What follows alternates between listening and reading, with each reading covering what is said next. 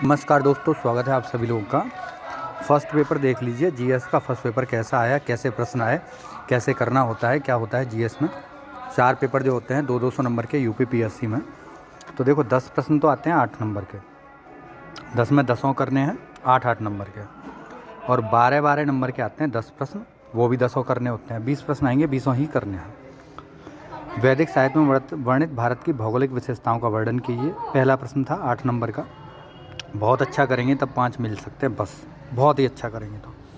उत्तर प्रदेश के क्रांतिकारियों को भारतीय स्वतंत्रता संघर्ष में योगदान का मूल्यांकन कीजिए, 8 नंबर। आगे, औद्योगिक क्रांति केवल तकनीकी क्रांति नहीं अपितु सामाजिक एवं आर्थिक क्रांति भी थी, जिसने लोगों के जीवन का ढंग परिवर्तन कर दिया। औद्योगिक क्रांति इंग्लैंड वाली की बात हो रही है यहाँ से। भारतीय सांस्कृतिक विरासत के वैज्ञानिक पहलुओं की विवेचना कीजिए। अच्छा प्रश्न है। क्या आप सहमत हैं कि शहरीकरण और मलिन बस्तियाँ अपृथककरणीय हैं, अर्थात इनको अलग नहीं किया जा सकता? व्याख्या कीजिए, 8 नंबर की है। परीक्षण कीजिए कि क्षेत्रवाद राष्ट्रीय एकता को कैसे प्रभावित करता है।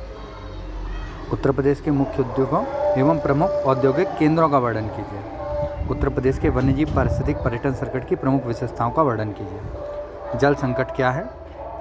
जल संसाधन के प्रबंधन के लिए उपयुक्त उपाय सुझाइए। गंगा के मैदान में ग्रामीण अधिवासों के प्रारूप की विवेचना कीजिए।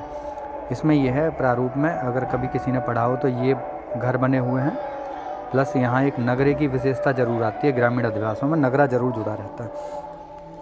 गुप्त काल में विज्ञान एवं प्रौद्योगिकी के विकास पर प्रकाश डालिए। 19वीं शताब्दी के भारतीय पुनरुद्धार आंदोलन ने भारत के विकास में किस प्रकार सहयोग किया, वर्णन कीजिए। बाल्कन संकट, ये वही वाला है जो ऑस्ट्रिया के राजकुमार की हत्या कर दी गई थी, सेजोरेवो। बाल्कन संकट से आप क्या समझते हैं? प्रथम विश्व युद्ध में इसकी क्या भूमिका थी? समावेशी विकास के लिए महिलाओं का सामाजिक सशक्तिकरण क्यों आवश्यक है, विस्तार पूर्वक वर्णन कीजिए। वैश्वीकरण को परिभाषित कीजिए। भारत में ग्रामीण संरचना पर इसके प्रभाव का मूल्यांकन कीजिए। भारत की जनसंख्या नीति 2000 की प्रमुख विशेषताओं का प्रकाश डालिए। जनसंख्या स्थिरीकरण के लिए कुछ उपाय सुझाइए। भारत में नगरीकरण की प्रवृत्ति का परीक्षण कीजिए। तीव्र गति से बढ़ते नगरीकरण के, ये नगरीकरण से कई प्रश्न आए हैं, अर्बनाइजेशन से। चक्रवात क्या है? शीतोष्ण कटिबंधीय चक्रवात की उत्पत्ति के कारण की व्याख्या कीजिए। उत्तर प्रदेश मृदा अपरदन से प्रभावित क्षेत्रों का वर्णन कीजिए और इसके उत्तरदायी कारकों को पहचान कीजिए। उत्तर प्रदेश में सिंचाई के कौन कौन से साधन हैं? कृषि विकास में सिंचाई की भूमिका की व्याख्या कीजिए। ये प्रश्न आए हैं। ये 12 नंबर का रहता है। अगर बहुत अच्छा किया है तो आप 7 नंबर तक जा सकते हैं।